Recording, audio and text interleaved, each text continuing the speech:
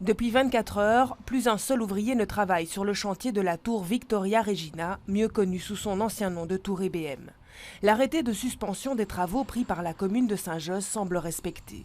Un peu de répit pour Chantal. Régulièrement, cette riveraine constate de nouveaux dégâts à son appartement, comme ses vitres griffées par la projection de débris. On a eu des objets coniques qui sont arrivés dans les jardins. Un jour, on a eu une grosse plaque d'1,50 m sur 80 cm.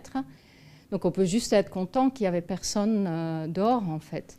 Et bon, ça fait 1 an qu'on n'utilise plus nos balcons, qu'on n'utilise plus les jardins, parce que c'est devenu dangereux. Sécurisation du chantier insuffisante, nuisances sonores nocturnes, la commune a déjà dressé une vingtaine de procès-verbaux sans observer d'amélioration. L'arrêté de suspension fixe désormais strictement les conditions de la reprise.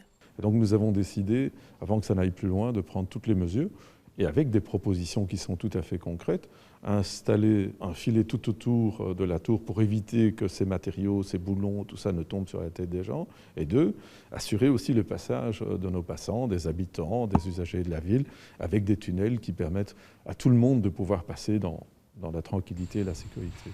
Dans un communiqué, l'entrepreneur général annonce prendre les mesures nécessaires dans les plus brefs délais. Dans les prochains jours, nous inviterons le bourgmestre de Saint-Josse ainsi que les syndicats qui représentent les riverains sur notre site afin de leur expliquer notre plan de sécurité complet et l'organisation du site. Il s'agit de répondre à toutes les préoccupations à cet égard. En attendant, plusieurs riverains à bout de nerfs ont d'ores et déjà déposé plainte.